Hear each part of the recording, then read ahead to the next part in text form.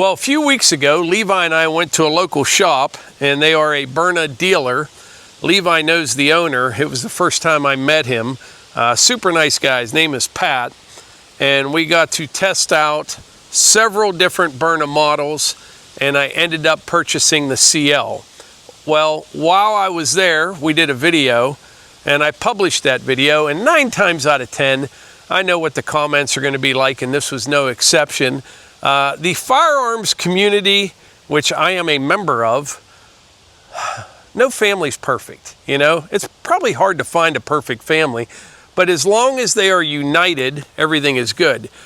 And the firearms community really isn't united. I mean, did you ever see when somebody calls a magazine a clip?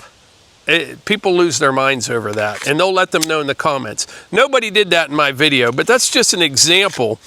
And a lot of guys are set in their ways, and the comments on this purchase, I'd say we're right down the middle, 50-50. Half the people thought definitely a use for one of these, the other half thought not so much.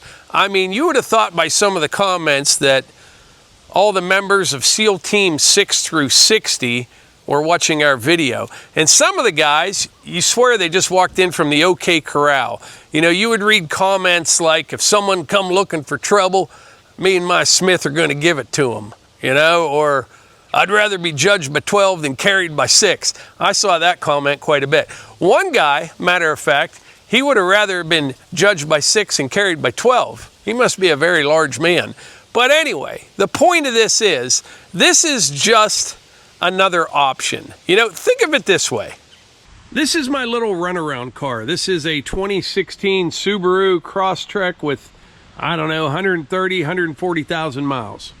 Now this is my 24 Ford F600. Now, believe it or not, there's a lot of similarities between this truck and that Subaru.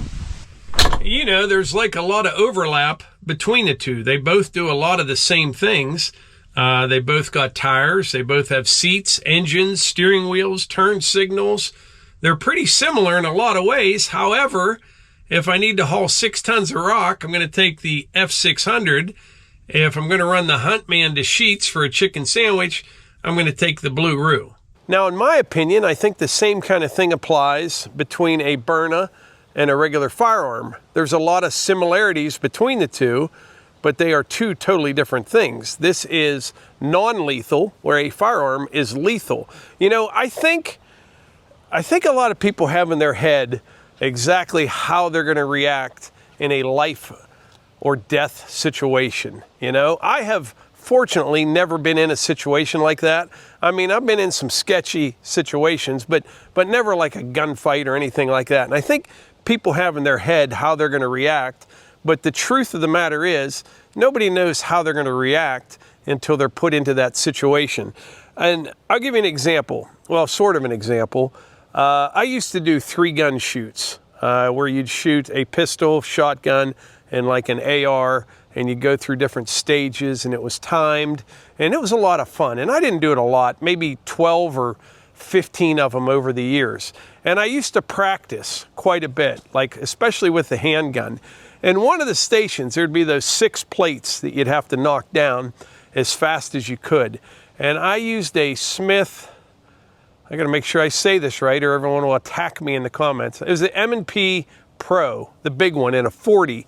I like the 40 because the heavier bullet, if you just caught a piece of that steel, it would knock the plate over, where the 9 wouldn't always do that. So although I had a little bit less capacity, I like the heavier bullet. But anyway, I would shoot those plates. I'd go up there and practice. And I mean, I was like a machine. 1, 2, 3, 4, 5, 6. I could knock those things down. You would go to a friendly competition with other guys that you hang out with or you saw the month before, and just when they put that buzzer in your ear to start, you'd miss like 2 of them. Just something that simple, putting a little bit of pressure on you, changes everything. And that is nothing compared to the real thing. I think a lot of people, and this will offend some people, they talk a big game, but how many people actually train with their firearm? I know some guys do, but I would be willing to bet the overwhelming majority of firearm owners don't train on a weekly basis for something bad to happen. And I just don't see it. I mean, I don't hear gunfire. You know, we live in a rural area, and we hear people shoot. Usually right before deer season is when you hear people sighting in their rifles, and that's about it. You know, and I know there's gun clubs and there's some guys that do, but there's a lot of firearm owners out there that think they have it all figured out, and I don't think they're really trained for anything. They just have in their head that they can get through a situation like that. As far as the Byrna goes, like I said, I don't consider this a replacement for a firearm at all. But reading through some of the comments from people, they're very oversimplistic. Like, you know, I would rather, if someone breaks into my house, I said the same thing. If someone is trying to enter my home in the middle of the night, I am not reaching for the Byrna. However, what you have to consider is there's a lot of places in this country where the firearm that you speak about, if you take it there, you're committing a felony.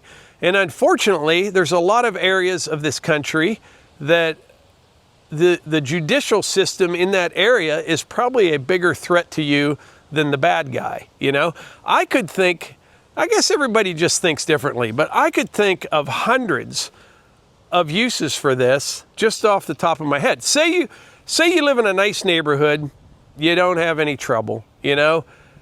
Say you got your Byrna with you and you're walking your dog, and some dog that you've never seen before comes over and is trying to attack you and your dog. You're in a neighborhood, in your housing plan, or you're walking through a school zone, for example. If you pull out a firearm and take care of that situation, you're probably going to be arrested for having that gun in a school zone, you know? You wouldn't be with this.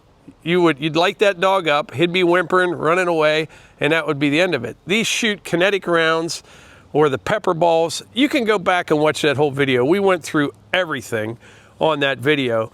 Say there's a clearly intoxicated, unarmed man harassing you and your spouse. You can't just do the guy in. You're going to go to jail. You know what I mean? Byrna. I could think of, I carry both now. I have both in my vehicle.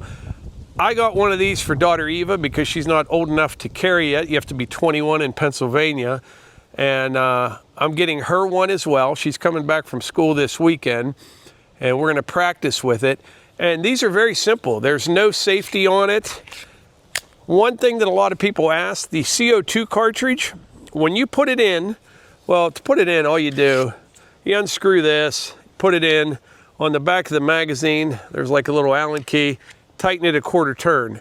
It does not puncture the CO2 cartridge until you fire the first shot, till you pull the trigger. So you don't have to worry about it bleeding off over time.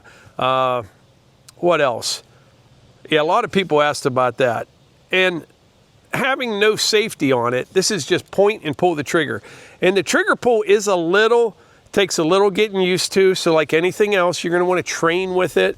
You don't want to just buy one, put a cartridge in it, and think you're good to go. But it gives you an alternative, is all it does. And, you know, full disclosure here, I got nothing in this.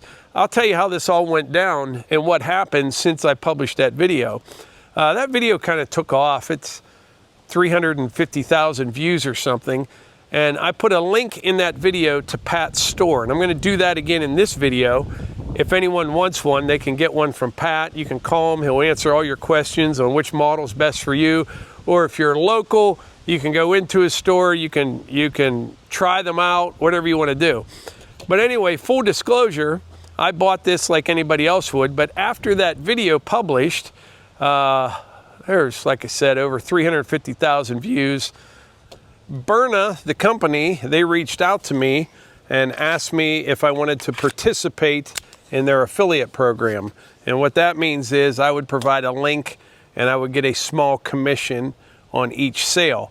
I actually declined that offer, not because I don't like the product or anything like that. I just kind of wanted to remain independent. Like everything I'm telling you is just my opinion. I got nothing in it. And I also want to support small business, which is Pat's shop. And like I said, if you're local, it's best just to go in, try one out, see what you think, and you can test fire it. He'll answer all your questions. If not, you can just order it online from Pat. But I would rather support small business and just kind of remain, I got nothing in it, is what I'm telling you. So there's no affiliate link. I don't get any money for this at all. I'm just passing along the information. But like I said, the comments, it's what I expected. I just didn't expect to be that many of them.